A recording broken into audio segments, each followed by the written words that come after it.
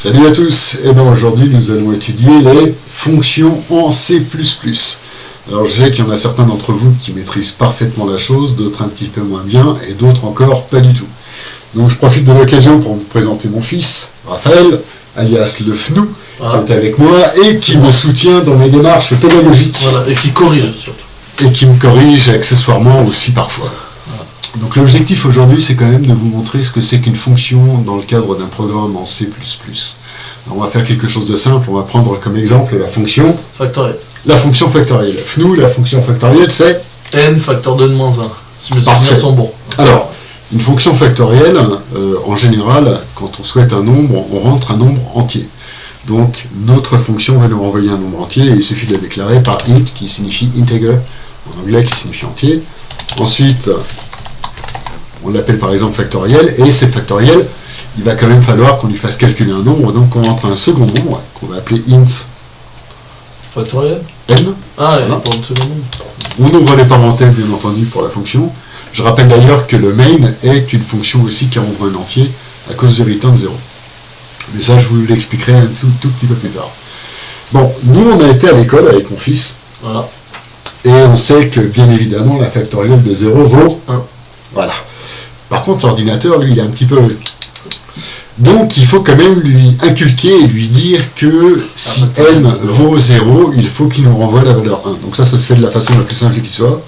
Une simple condition if n égale 0. Je rappelle que le double égal est une affectation et non pas une égalité. Il suffit simplement ensuite de lui dire return 1. Voilà.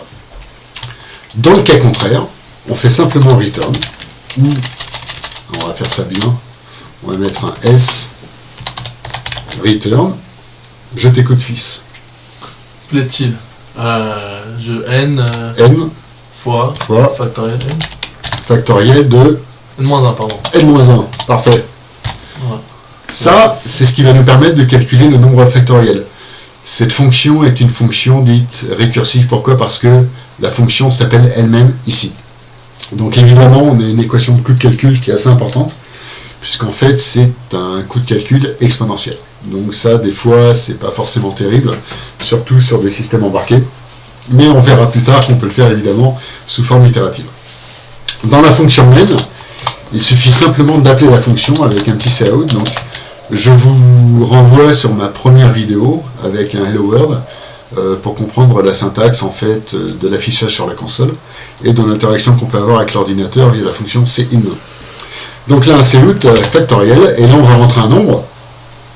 Allez au pif 5. Allez au pif 5. Je dirais que ça fait 120. Voilà, la factorielle de 5 normalement fait 120. Donc là c'est quelque chose d'extrêmement simple. Donc on va compiler. Voilà. Faut pas oublier de compiler.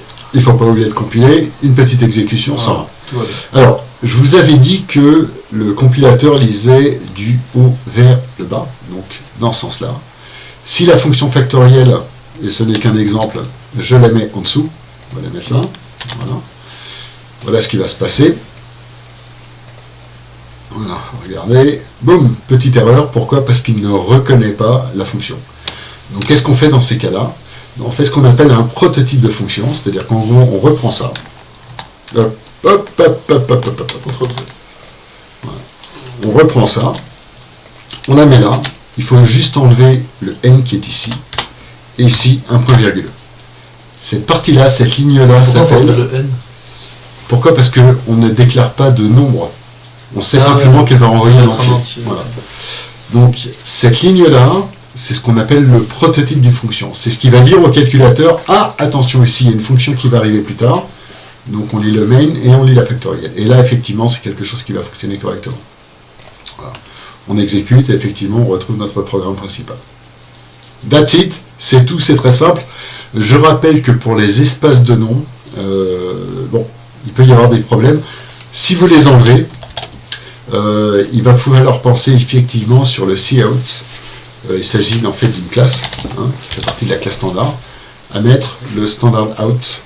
Et à partir de là, effectivement, on peut se permettre d'enlever les espaces de nom. Donc là, on va retrouver la même fonctionnalité. Voilà.